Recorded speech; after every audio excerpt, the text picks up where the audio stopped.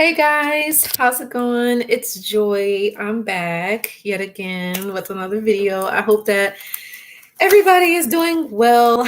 I know I'm on here a lot later than usual, but I had a pretty busy day for the most part. I know a lot of you guys are probably getting ready for bed, so not sure when you're going to view this. But yes, you guys, welcome to another video. So, my name is Joy. I'm a narcissist abuse coach. Today I have a really good topic from one of my subscribers. A really good topic called How to Break the Soul Tie That You Might Have with the Narcissist that you may, whether you dealt with them before, maybe you're dealing with one now, or maybe previously you're not dealing with them, but you still feel connected to them in some way. I know this definitely happened to me when I was dealing with my narc. I definitely felt a tie with him. Hey, Gary, what's up? What is going on? I know I'm on here a little later. But yeah, I definitely felt a soul tie. And I would definitely say because of all the time we spent, the things that he gave me, the way that he made me feel in the beginning, you guys know, like the love bombing and all that stuff, and putting me on the pedestal, taking me out, having like really good experiences, can create a soul tie with a person. Not just because, like having sex with a person can have you form a soul tie with the individual. So if you had sex with a narcissist, I'm pretty sure it's like way worse for you to like break free. But just the time spent, just getting to know the person, spending quality time, or maybe even just cuddling, whatever the case is, you may have found yourself having a soul tie. So me personally, what I had to do to break the soul tie was, of course, set boundaries. Go no contact, stay no contact. Don't respond to any Hoovers. Don't respond to any flying monkeys. Don't respond to the smear campaigns.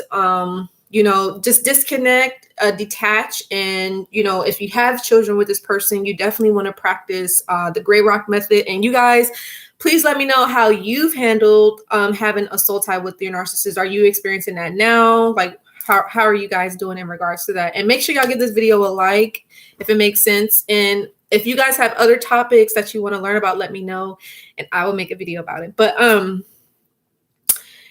yes, you guys. And, when it comes to the soul tie, you have to know what you're dealing with. And I think for me, what really helped me, because I was really struggling with breaking free from the narcissist, I had to realize that this person, although, they brought me joy, I would say, I got dopamine from this person, because dealing with a narcissist, it's like a drug. It's like an addiction.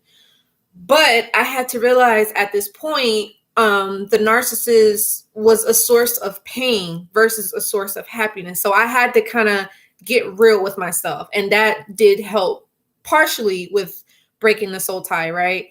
And Gary, you said, Joy, at this point, wish I could lay on the couch and tell you all that's wrong. Laugh aloud, it's a lie. Yeah. Aw.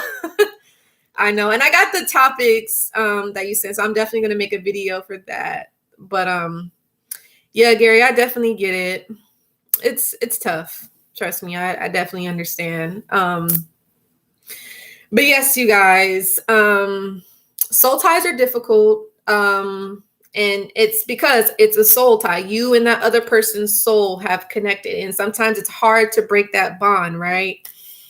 But yeah, and the other thing that I think can help with breaking a soul tie with a narcissist is get rid of anything maybe that the narcissist gave you, or anything that belongs to the narcissist. If it's in your house, get rid of it. I know that happened to me because the narcissist would give me a lot of stuff. I know one thing in particular, because my story was that the narcissist, him and I, we met, it was business. I was interested in music. He was a music producer. I originally saw him on YouTube, but we kind of connected more through Twitter. That was our way of communication. And so, so I was interested in, doing instrumentals, making my own music. And so as he, I guess in a sense, he was like a mentor to me, but it kind of turned into more. We went out on dates and all that stuff. And he actually gifted me it was a mini keyboard that he gave me so that way I can make my music.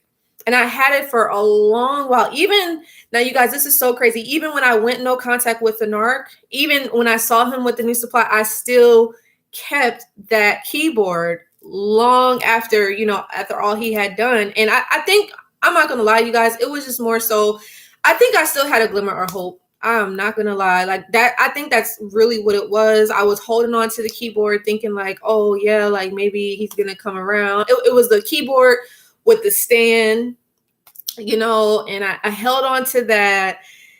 And, it was just memories, and eventually I threw it out and I was happy. I felt it was like, cause you know how they say like with narcissists, they have a dangerous energy about them. So if there's anything that's in your house that belongs to them, get rid of it. It'll help with the soul tie and breaking it. If their number is still in your phone, text messages, pictures, get rid of it because it will help break that soul tie that you may have with that person, right? Delete text messages. Also, what could help?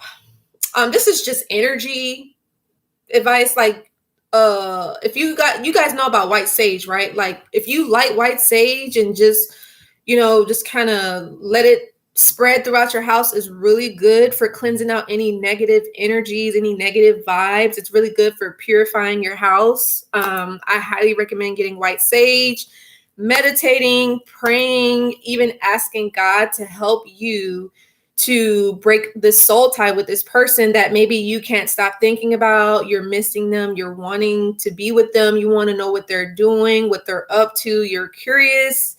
That helped me as well, praying to God and asking him to help me to let go of this person. In the beginning, I thought it was love. I thought that person really did love me, but in actuality, that person was trying to hurt me. You know what I mean? And so I think, again, once you can say to yourself, because I know it's crazy because we do experience cognitive dissonance. And some of us, we may be in denial and we may not want to hear the truth, right? But the truth is that the narcissist is a source of pain and not a source of happiness. Because before, we've known them to be a source of happiness, a source of peace, a source of love. We was getting all of that dopamine from the Narc before, but now when they switch on us, right, when they start to devalue us, when they start to put us down and criticize us and belittle us, our mind is like, wait a minute, you were treating me good and, showering me with all these gifts, and now you're calling me fat, you're calling me stupid. So like, your mind is trying to figure out which is right, and then on top of that, they're gaslighting you and the cognitive dissonance is kicking in. Because it's almost, I always use this example, like a person that smokes, they know that it's not good for them, but they still do it anyway, that kind of thing. Like they know like, hey, I should not be smoking cigarettes because it causes, badness, or it causes a disease to happen to me, but it's like they still do it anyway, so a lot of that is going on. And Gary, you said their number and social is the hardest to delete and block, even if they were horrible. Yeah, it's tough because, we're humans. Like, we want to remember people. Like, if we have someone in our life or had spent time with someone and it was a good experience for the moment, like, you're going to remember it. You're not going to want to like delete them. You don't want to block them. You don't want to just have it be like, oh, I never hear from that person. Like, normal people are not like that. But when you're dealing with toxic people, unfortunately, that's how it has to happen, And I personally deleted the narcissist from my social media. I did that. And I don't know if I told you guys, but it was around my birthday, because narcissists, they don't forget stuff. They remember. Although you may think they don't know stuff, or you may think that they're not watching, they're always watching you. So they're always going to find a way. Even you may not even know, but trust me, because the narc that I dealt with, actually, I don't know, some way, somehow, I guess he searched up my name, but I found out that he looked on my LinkedIn page, right? So that was like a Hoover attempt. But the good thing is I know what I'm dealing with, so I didn't respond to it, So yeah, they're always watching. So yeah. And the right group, SEO, good info, sis. Yes, thank you. And Gary, you said, I think that's why a lot of stay friends with their past exes. Yes, because they can't let go. Correct. They never let you go. You're always a source of supply to them at any moment and at all times, and then for any reasons, right?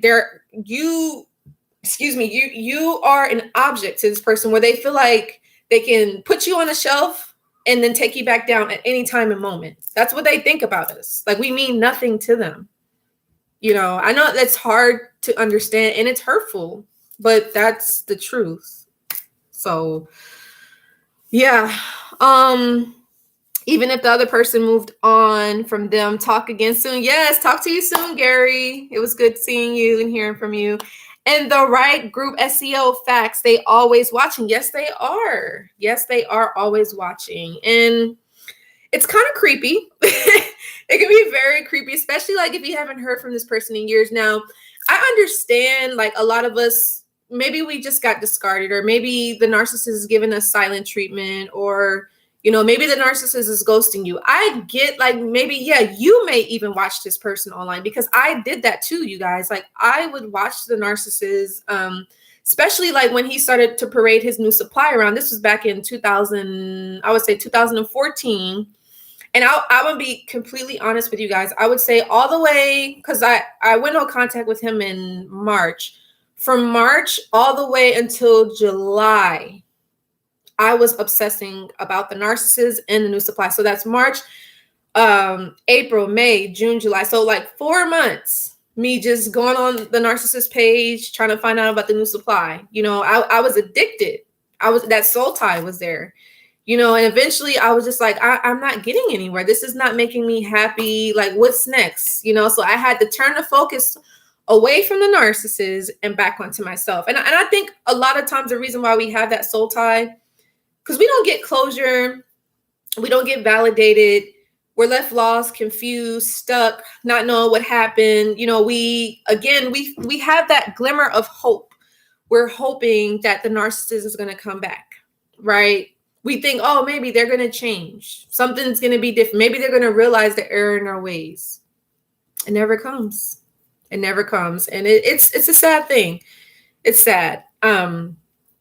Another thing, you guys, as I mentioned, the prayer, meditation, do that every day if you have to. Do it in the morning, do it at night, light your white sage, whatever works for you. Another thing that I recommend when it comes to breaking the soul tie is write a letter to the narcissist. I don't recommend delivering it to that person, because that person is not going to care. This is about you, the victim and the survivor. Write a letter to this person to help you with releasing the memory of everything that has happened to you, and the right group, SEO. Yes. Self-love. Yes.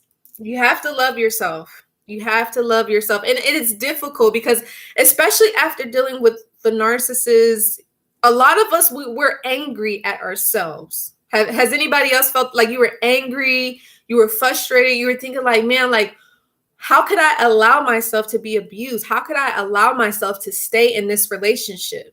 Shouldn't I have known? How come I didn't listen to my intuition? How come when someone tried to warn me, why didn't I listen? So I think it's a lot of like regret, a lot of shame, a lot of guilt. So definitely embodying that self-love is crucial. And Dark and Lovely Femme, hello, hi. Welcome, Dark and Lovely Femme. And the right group, SEO, yes, going through the anger now, it comes and goes. Yeah, you're definitely going to be angry at yourself, and you're also going to be angry with the narcissist. I would say when it comes to your anger, you definitely want to take out your anger, or you want to do it in a healthy way. Not me personally. If you're in your car or something, make sure nobody's around. But try and scream, yell, scream if you have to. Let all your frustrations out. Like I remember we used to do that in our yoga class. This was after I went on contact with the Narc. And I will never forget this, you guys. It will be Monday classes in the morning. I think it was like at 11 a.m.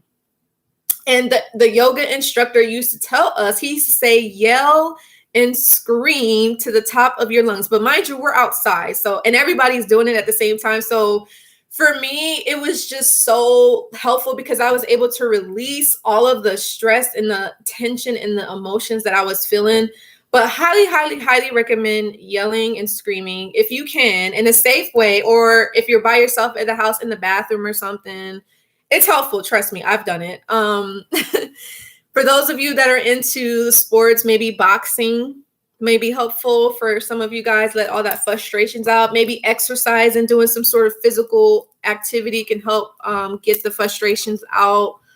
But yeah, you're definitely going to be angry, and you have every right to be, because you don't deserve to be mistreated. You don't deserve to be abused and belittled. So it definitely makes sense, and talking it out in a support group or with trusted, that's a key word, trusted family and friends, because not everybody understands this, so yeah. And Dark and Lovely Family, yes, you're so welcome.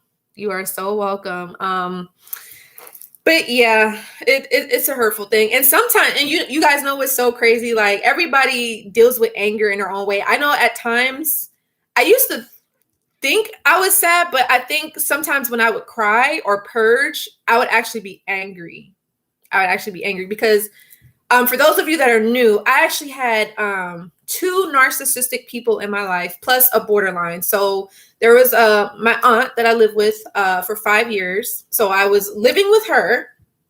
And while living with her, I was dealing with a male narcissist. So if you guys can only imagine, I had 2 narcissistic people, right? And then both of them were fighting for power and control over my life, trying to manipulate me, control me, and belittle me, and to make me into a person that they could use and mistreat and all that stuff. So it was a lot of abuse that I had to deal with, but thank God, neither of those people are in my life, nor is the borderline in my life. Thank goodness. But yeah, so it was a lot to deal with. A lot of PTSD, a lot of CPTSD to work through, of course. But yeah, so back to the letter. Write a letter if you can, to help release the memory. Write down everything that the narcissist did to you, said to you. Write it all down, get all your feelings out, and just burn it. Flush it down the toilet, release it, because you can't tell this to the narcissist. They're not going to care. They don't care about you at all. And that is so painful. It's so crushing. It is. Because if you go back to try to explain yourself, they're only going to project that back onto you. They're going to blame you for them mistreating you. They're going to blame you for it. So you're not going to get anywhere. They're not going to validate your experience. They're going to gaslight you. So it has nothing to do with the narcissist. It's now you, the victim and the survivor, watching this. It's about you now. Because as you guys know, when you're dealing with a narcissist, they take the focus off of your life. You have to cater to their any and every need, So yeah. And the right group, STL. Yes, thank you. I try to be. And it's so crazy because I always be like, man, God, like, I know it's a reason why I went through all this, and yeah, I think it just made me a stronger person. But I'm definitely, I'm on guard for sure. And of course, I don't think everybody is a narcissist, but I think like if you've been around narcissists, you're careful. You want to protect yourself. You want to keep yourself safe, and you have that right to do so. You know what I mean? And hi, Ben. I know I'm always saying like the right group SEO, my bad. And thank y'all for chiming in. It really does help. And it, makes my evening, makes my day. So, but yeah, and also I wanted to let you guys know there is a support group. If any of you guys are interested in joining, you guys can send me an email. there's a support group every Friday, other victims and survivors of narcissistic abuse, where we can all kind of come together and just talk things out. If anybody's interested, you can send me an email. But yeah, so but yeah, and also I would say the other thing for the soul tie is just change your mindset, your way of thinking when it comes to the narcissist. Like, again, you have to remember what this person has done to you. Like, even if you, like I said, when you're writing that letter, again, write down the stuff that they did to you. Write down the reasons why you left, the reasons why you went no contact, or even write down the pros and the cons. You know what I mean? What's the benefit of being away from a toxic person, right? Do you have anything to gain around someone that's negative, or someone that's criticizing you, someone that's belittling? You know what I mean? So remember that, you know? Oh, and Ben, you said I'm good. This said, oh, okay. I'm so happy that this is helpful. Yes, that's why I do this, you guys. I really just do this because, like I said, I've been through it. And at the moment in time when I was dealing with the hurt, the pain, the agony, I didn't know who to go to. I didn't know who to turn to. I felt like I was alone, but obviously I'm not. But yeah, in that moment, because there was a lot of, as I always say, there was a lot of guilt that I went through before even making these videos. I felt like, man, like people are gonna think that I'm stupid. Like, how come you didn't know? Why didn't you see the signs? Like, yeah, I it was a lot of embarrassment, a lot of like humiliation that I was feeling, and yeah, but none of that mattered anymore, you know. So, but yes, you guys, that's all I have, unless y'all want to chat about anything else. I'm signing out. I know it was a little of a late video, but I just wanted to make sure I got this video out for you guys. Like I said, hopefully it was helpful. And I'll be back on here next Sunday. So make sure y'all, if you're not subscribed to my channel, so that way you will be notified when I go live. Make sure you're subscribed to my email list. So that way, if there's any notifications or any events, you will be notified. And Ben, yes, you're so welcome. You stay blessed as well. But yes, I love you guys. Take care. Stay safe. And I will see you guys in the next one. And Dark and Lovely Femme, I'm glad I found this page. Feeling not alone anymore. Thanks. You're welcome. You are so welcome. And if any of you guys would like to talk to me more about narcissistic abuse, or if you want advice, you can go ahead and book a support session with me and we can kind of talk more about it. So you guys have that option as well. But anyway, I love you all, like I said. And yeah, you guys have a good one. Okay. Take care. Bye, guys.